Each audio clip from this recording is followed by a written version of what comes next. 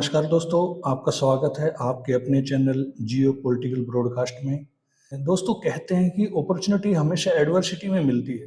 अभी यूएसए ने हमारे ऊपर जो टैरिफ लगाए हैं, ये शॉर्ट टर्म में जरूर हमें लॉस दिखाई दे रहा है। ऐसा लगता है कि इससे हमारा एक्सपोर्ट अफेक्टेड होगा और इससे हमारे जो जीडीपी है उसके ऊपर भी असर आएगा, और जो कि बैड न्यूज है इंडिया के।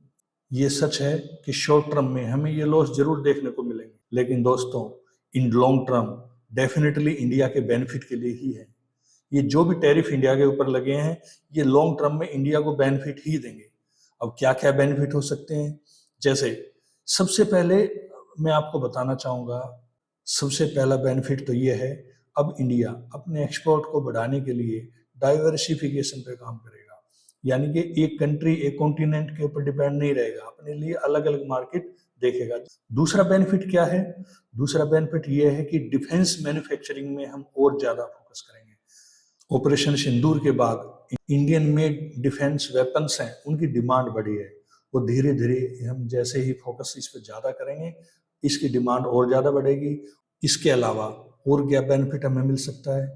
हमें अपनी प्रोडक्टिविटी इंप्रूव करनी पड़ेगी, इकोनॉमिकल रिवॉल्यूशन लाना है, एक प्रोडक्शन जिससे इम्प्रूव होगा, और इम्प्रूव्ड प्रोडक्शन से हम मार्केट में ज़्यादा कंपटीशन। और क्या बेनिफिट होगा? इससे ये बेनिफिट होगा कि हम अपने प्रोडक्टिविटी को और ज़्यादा इम्प्रूव करेंगे। हमें अपनी इकोनॉमिकल रिवॉल्यूशन पे ज़्यादा फोकस करना है, जिससे हमारा प्रोडक्शन और ज़्यादा इम्प्रूव हो। और जैसे ही प्रोडक्शन इम्प्रूव होगा, हम मार्केट में ज़्यादा अच्छे कंपटीशन के लिए रेडी रहेंगे। हमें अपनी टेक्नोलॉजी पे भी इन्वेस्ट करना है। हमें R&D यानी कि रिसर्च एंड डेवलपमेंट पे और ज़्यादा फोकस करना है, ज़्यादा इन्वेस्ट करना है, जिससे हम ज़्यादा से ज़्यादा टेक्नोलॉजी को अडॉप्ट कर पाएँ, और हम अपनी सप्लाई चेन को ज़्यादा एनहेंस करें।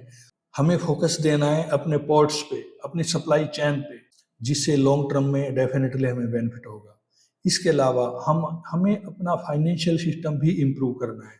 अभी तक जो हमारा फोकस सिर्फ डॉलर्स के थ्रू लेन देन पे था, वो सारा अब हम कन्वर्ट करते जा रहे हैं, चेंज करते जा रहे हैं अपने इंडियन रुपीज पे। वो हमारा यूपीआई, इंडियन रुपीज में जब ट्रांजेक्शन होंगी और यूपीआई के थ्रू जब ट्रांजेक्शन्स होंगी, तो डेफिनेटली लॉन्ग टर्म में इंडियन रुपी स्ट्रांग होगा और हमारी फाइनेंशियल स्टेटस और ज़्यादा इम्प्रूव होगा। दोस्तों, ये शॉर्ट टर्म में हमें जरूर लगता है कि टैरिफ से हम परेशान हो रहे हैं, लेकिन यकीन मानो इन लॉन्ग टर्म ये हमारे ही बेनिफिट के लिए। हमें इस एडवर्सिटी में अपॉर्चुनिटी ही देखनी है, और हमें वो सभी स्टेप्स उठानी है जिससे हमें लॉन्ग टर्म में बेनिफिट मिले।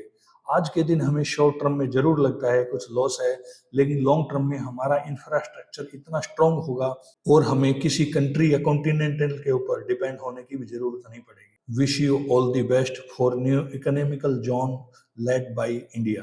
Thank you very much. आपसे रिक्वेस्ट है, आप इस चैनल को लाइक करें, शेयर करें। आपसे रिक्वेस्ट है, आप वीडियो को लाइक करें, शेयर करें और सब्सक्राइब जरूर करें। Thank you very much.